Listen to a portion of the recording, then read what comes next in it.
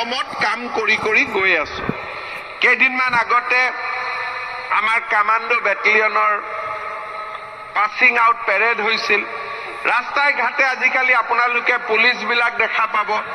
অফিচত ডেকা ডেকা নতুন ল'ৰা ছোৱালী কাম কৰি থকা আপোনালোকে দেখা পাব। সবৰে বাপেক মাকৰ কথা শুনিব। কোনো ধৰণৰ টকা পইচা দিয়া নহয়, সব দুখীয়া ঘৰৰ ল'ৰা ছোৱালী, নিম্ন মধ্যবিত্ত ল'ৰা ছোৱালী। আজি 3 বছৰৰ ভিতৰতে যিখন অসমত দালালক টকা নিদিলে এটা চাকৰি নহৈছিল, আজি 1 লাখ চাকৰি হল, এটা দালালে 1 টকাও তুলিব নোৱাৰিল।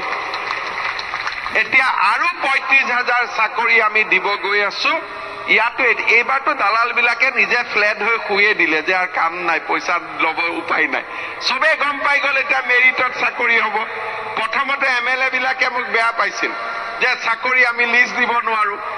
এতিয়া MLA বিলাকে কৈছে ভাল হল, নহলে আমাৰ মূৰত ৰাতিপুৱাৰ পৰা গধূলিলৈকে ঘৰত অহা মানুহক চাহ খুৱাই থাকোঁতেই গ'লহেঁতেন, চাকৰি দিব পাৰো নোৱাৰো। আৰু নোপোৱাবিলাকে আমাকে গালি পাৰিলেহেঁতেন। এতিয়াতো এইটোও জামেলা নাই। আমাৰ বিধায়কসকলেও লাহে লাহে মোক কৈছে যে এইটো চিষ্টেমে ভাল হয়। কেতিয়াবা কেতিয়াবা অসুবিধা হয় যে আমাৰ ল'ৰাবিলাকক আমি কি দিম। সেইকাৰণে এইবাৰ আমি নতুন আঁচনি আনিছো, মুখ্যমন্ত্ৰীৰ আত্মনিৰ্ভৰ অসম আঁচনি।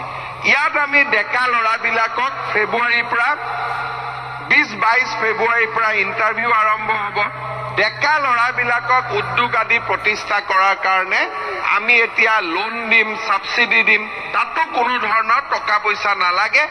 আমাৰ বিধায়কসকলে বহি ধুনীয়াকৈ লিষ্টখন চাই দিব আৰু আমি সেই ধৰণে আমি ল'ৰা ছোৱালীক আমি কাম কৰাৰ কাৰণে আমি আগবঢ়াই দিব পাৰিম।